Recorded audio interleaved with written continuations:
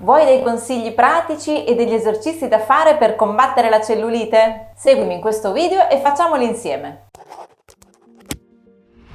Ciao, sono Danila Anzalone, laureata in scienze motorie e massofisioterapista. Da 25 anni mi occupo di benessere e attraverso questo canale aiuto le persone ad avere uno stile di vita più sano.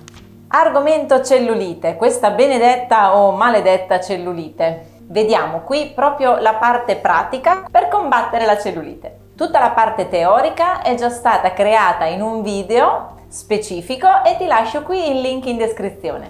Diamo per scontato che ci alleniamo, ok? Perché se vogliamo risolvere un problema come la cellulite è importantissimo fare attività fisica. Prima di tutto l'alimentazione. Controllare, correggere, sistemare e avere un'alimentazione equilibrata e corretta.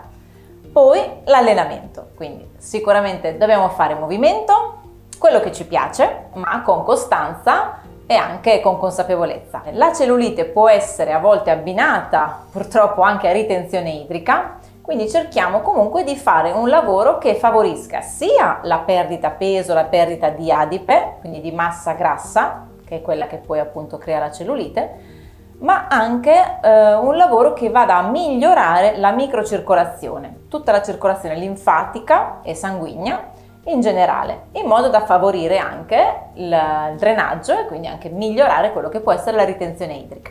Gli allenamenti quindi devono essere sia di forza, quindi con i pesi, sia cardio, quindi anche attività come la corsa, la camminata o qualsiasi altra cosa vi piace fare. La cosa importante è farsi seguire da un esperto che può farvi delle schede di allenamento corrette. Su queste schede poi andiamo a valutare quali sono le priorità, cioè come disporre gli esercizi. Vi do qualche trucchetto, qualche piccolo segreto su come affrontare una scheda di allenamento in palestra, per esempio, o anche a casa. È importantissimo allenare sia la parte bassa, quindi gli arti inferiori, gambe, glutei, che la parte superiore, che noi donne non ci piace tanto, la tralasciamo. In realtà no, è fondamentale anche per noi. Ed è fondamentale proprio per evitare di infiammare gli arti inferiori e quindi di andare a accumulare liquidi e cellulite e quant'altro. Quindi l'allenamento della parte superiore è importante, deve essere presente nei nostri allenamenti. Una cosa importantissima è alternare la parte superiore alla parte inferiore nello stesso allenamento. Quindi se soffriamo di ritenzione idrica, in particolare cellulite di cui parliamo in questo video, non possiamo fare delle sedute di allenamento solo per gli arti inferiori, quindi neanche mezz'ora o un'ora, quello che è l'allenamento, perché rischiamo di infiammare, di creare ancora più edema, quindi liquidi in eccesso che creano ritenzione idrica, la circolazione va in difficoltà, non riusciamo a migliorare la massa muscolare, di conseguenza non eliminiamo la cellulite. L'alternanza invece di un esercizio per la parte alta e subito dopo per la parte bassa fa sì che la nostra circolazione vada a distribuirsi in modo equilibrato, cioè quando il muscolo lavora richiama sangue, quindi se lavoriamo con la parte alta richiamiamo il sangue sulla parte alta, per esempio facciamo i bicipiti e avremo la maggior concentrazione della nostra circolazione sanguigna nella parte alta. Poi l'esercizio successivo lo spostiamo sulla parte bassa, per esempio facciamo uno squat, ecco che il sangue arriva in aiuto alla muscolatura delle cosce, dei glutei, interno cosce e quant'altro. Questa alternanza fa sì che la circolazione fluisca nel modo più corretto e vada attraverso i capillari, attraverso appunto tutta la rete circolatoria, ad irrorare bene tutta la muscolatura di tutto il corpo.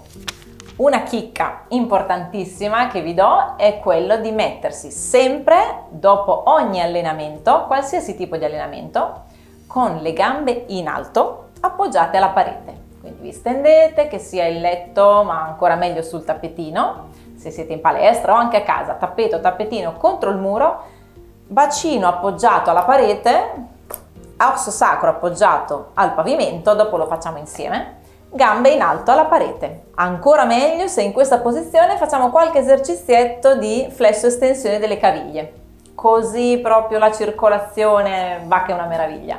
Sgonfiamo le gambe che si sono allenate, quindi può essere che si sono un po' gonfiate, è normale. favoriamo il ricircolo, il ritorno venoso verso il cuore e andiamo a sgonfiare, a disinfiammare, ad alleggerire le gambe e dopo stiamo una meraviglia. Un'altra chicca che vi do: dopo l'allenamento, dopo le gambe in alto, ci facciamo la doccia, si spera.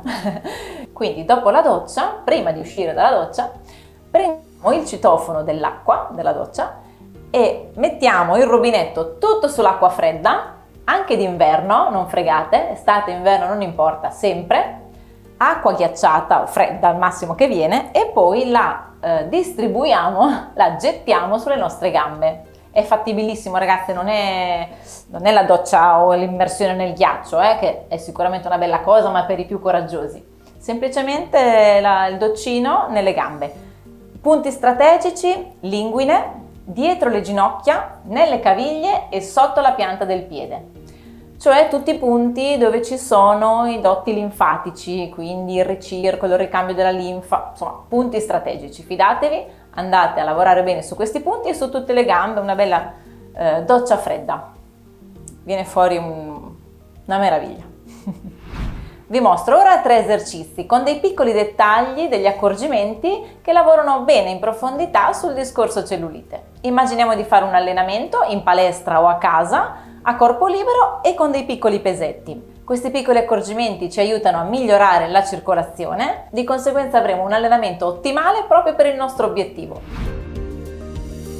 Per il primo esercizio ci stendiamo a terra, posizione supina, gambe piegate, impugniamo con le mani i pesetti, le spalle sono rilassate, partiamo con la bicicletta, quindi gambe in alto, tengo gli addominali contratti, quindi dentro l'ombelico, respiro, una semplice bicicletta con la tensione sulla caviglia, quindi fletto e stendo la caviglia proprio per fare il lavoro di drenaggio e migliorare la circolazione.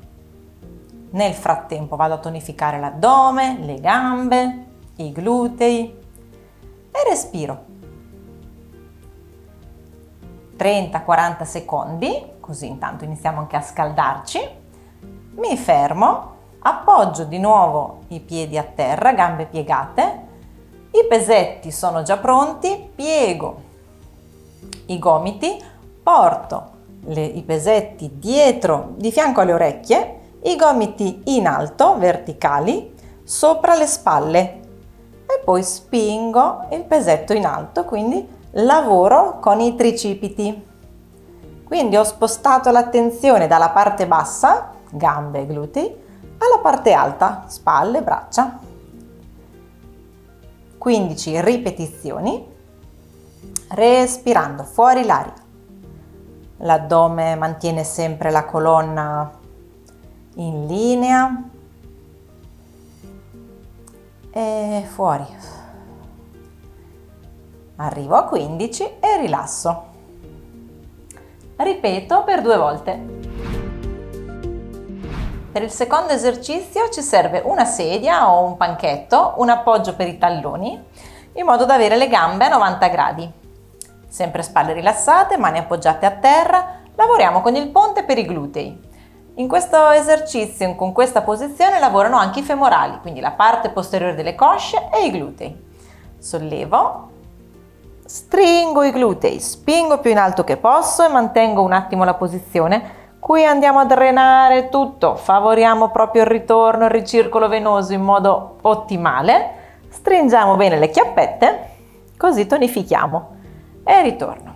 Stendo, spingo in alto e torno. Fuori l'aria, inspiro, espiro, strizzo i glutei e ritorno.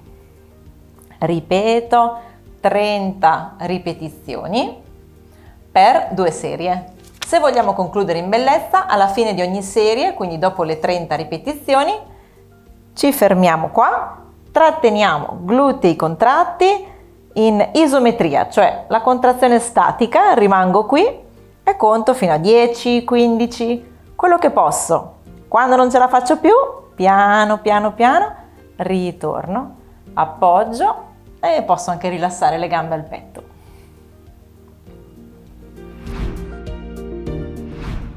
Terzo e ultimo esercizio di questo mini allenamento si svolge in posizione plank, quindi con le mani in appoggio, perpendicolari sotto le spalle, l'avampiede in appoggio, gambe leggermente divaricate come il bacino, contraggo l'addome, quindi è un buonissimo lavoro sul core, sulla parete addominale, respiro, cerco di mantenere stabile il bacino, quindi di non ondeggiare troppo, e vado a staccare una mano alla volta, ovviamente, se non vogliamo finire per terra, avanti, sollevo la spalla e il braccio, respiro e torno, respiro e ritorno.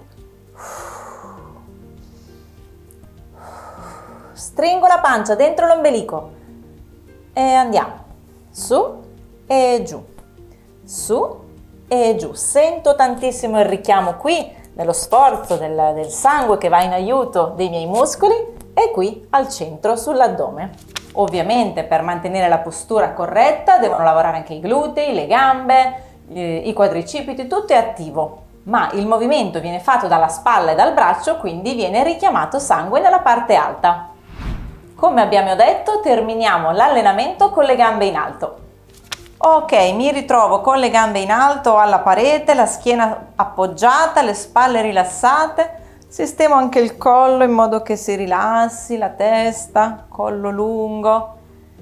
E respiro. E qui vado proprio in relax.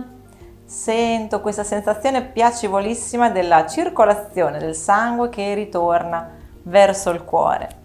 Quindi le gambe drenano, si sgonfiano, si spiammano e stiamo benissimo. 4, 5, 6 minuti, quelli che potete, godetevi questa posizione. Così si conclude questo mini allenamento che è un semplice esempio, ovviamente per una principiante, per chi si comincia ad affacciare all'esercizio fisico, alla tonificazione e all'allenamento in casa piuttosto che in palestra. Come dico sempre, la cosa più importante è la costanza, meglio fare poco ma spesso, quindi più volte a settimana, per prenderci cura di noi stesse, che è la cosa più importante che possiamo fare. Se il video ti è piaciuto, lascia un like e iscriviti al canale per restare aggiornata sui miei contenuti. Ciao!